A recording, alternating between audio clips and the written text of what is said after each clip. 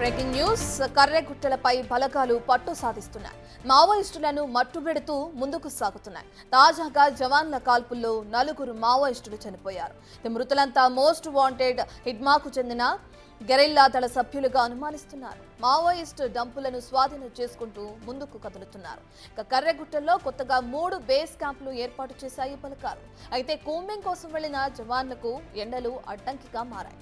ఎండ వేడిమి తట్టుకోలేక జవాన్లు డీహైడ్రేషన్ కు గురవుతున్నారు. నిన్న 5 ఇవాళ 16 మంది జవాన్లకు వడదెబ్బ తగిలింది.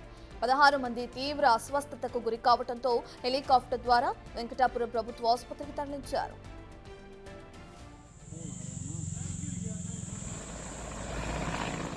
ఈ సంబంధించిన పూర్తి డీటెయిల్స్ అందించడానికి వరంగల్ నుంచి మా ప్రతినిధి వేణు లైవ్ లో జాయిన్ అవుతున్నారు. రైట్ వేణు.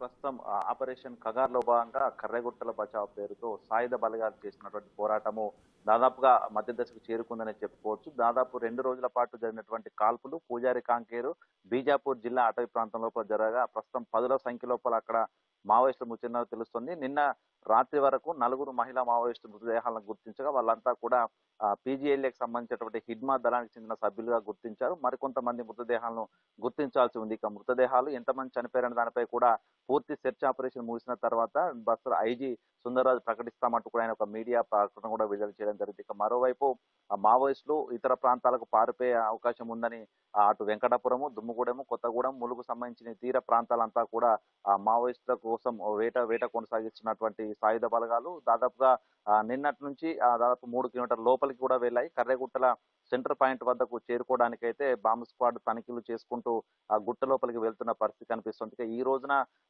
సిఆర్పిఎఫ్ చెందినటువంటి ఉన్నతాధికారులు ఈ రోజు వెంకటాపురం బేస్ క్యాంప్ వద్దకు చేరుకొని పరిస్థితిని సమీక్షించబోతున్నారు. దీనికి సంబంధించి ఉదయం నుంచే బాంబ్ స్క్వాడ్ తనిఖీలు చేస్తూ కూడా పూర్తిగా హై అలర్ట్ అయితే వెంకటాపురం మండలానికి సంబంధించిన పరిసర ప్రాంతాల్లో సాయుధ బలగాలు అమలు చేసిన పరిస్థితి కనిపిస్తోంది. ఇక ఓవైపు బీజాపూర్ నుంచి పూర్తి స్థాయి లోపల కర్రెగుట్టల వైపు చొచ్చుకొస్తున్న బలగాలు, మరోవైపు వెంకటాపురం నుంచి అటు ఛత్తీస్గఢ్ బార్డర్ వైపు వెళ్తున్న బలగాలతో కంప్లీట్ గా కాల్పుల మోత అయితే ఆ ఏరియాలో కొనసాగుతున్న పరిస్థితి. అయితే దీనికి సంబంధించి కూడా కేంద్ర ప్రభుత్వము పూర్తి రహస్యంగా ఉంచాలంటూ కూడా ఆపరేషన్ ఉంచాలంటూ అధికారులకు ఆదేశాలు జారీ చేయడంతో దీనికి సంబంధించి ఎటువంటి సమాచారం కూడా బయటికి రాకుండా సాయుధ బలగాలు అయితే జాగ్రత్త పడుతున్నాయి. ఇక ప్రధానంగా హిడ్మాన్ టార్గెట్ చేస్తూనే ఈ యొక్క ఆపరేషన్ కగార్లో భాగంగా కర్రెగుట్టలే తన స్థావరంగా ఉన్నాయంటూ నిఘా వర్గాలు ఇచ్చిన సమాచారంతోనే పూర్తి స్థాయి లోపల ఇక్కడ దాదాపు 10కి పైగా బేస్ క్యాంపులు ఏర్పాటు చేయడానికి సాయుధ బలగాలు నిశ్చయించుకున్న ప్రస్తుతం ఇప్పటికి ఈ 4 రోజుల ఆపరేషన్ లో భాగంగా దాదాపు 3 పైగా బేస్ క్యాంపులు కాంకేర్ అటవీ ప్రాంతం శివారు లోపల ఏర్పాటు చేసుకున్నాయి. ఇక మరో 7 నుంచి 8 క్యాంపులు ఏర్పాటు చేసుకుని కంప్లీట్ గా కర్రెగుట్టలను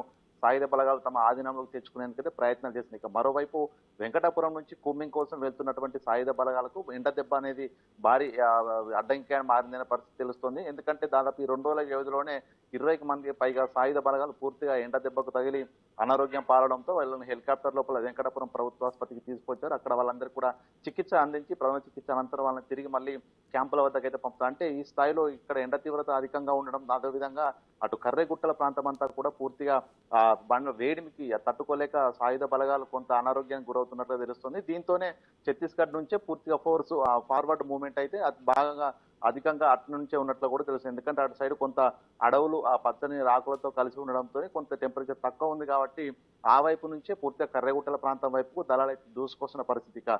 హిడ్మాకు సంబంధించి దళం మొత్తం మట్టుబెట్టే వరకు కూడా పూర్తి స్థాయి ఇన్ఫర్మేషన్ బయటకు ఇవ్వమంటూ చెప్తున్న నేపథ్యం లోపల దాదాపు ఈ 2-3 రోజుల లోపల కీలకమైన ప్రకటన అది సాయుధ బలగాలకు సంబంధించిన ఉన్నతాధికారులు ఇచ్చే అవకాశం అయితే కనిపిస్తుంది. మొత్తానికి ఓవైపు అడవుల్లోకి వెళ్తూనే ఇప్పటికి 220కి పైగా ఆ డంపులను స్వాధీనం చేస్తున్నారు. ఆ డంపుల లోపల డిటోనేటర్లు, పూర్తిగా బాంబ్ మందుగుండు సామాగ్రి, విప్లవ సాహిత్యము, అదేవిధంగా తినుబండారాలకు సంబంధించినటువంటి పూర్తి స్థాయి వస్తువులను కూడా సాయుధ బలగాలు స్వాధీనం చేసుకుంటూ ఒక్కొక్క గ్రామాన్ని కూడా తమ అదుపులోకి అయితే తీసుకుంటున్న పరిస్థితి. ఇక దీనికి సంబంధించి మరికొద్ది రోజుల్లోనే ఒక కీలకమైన అప్డేటు కర్రెగుట్టలకు సంబంధించి హిడ్మా దళాన్ని పూర్తిగా మట్టుబెట్టిన తర్వాతనే అధికారులు ఇచ్చే అవకాశం కనిపిస్తా ఉంది.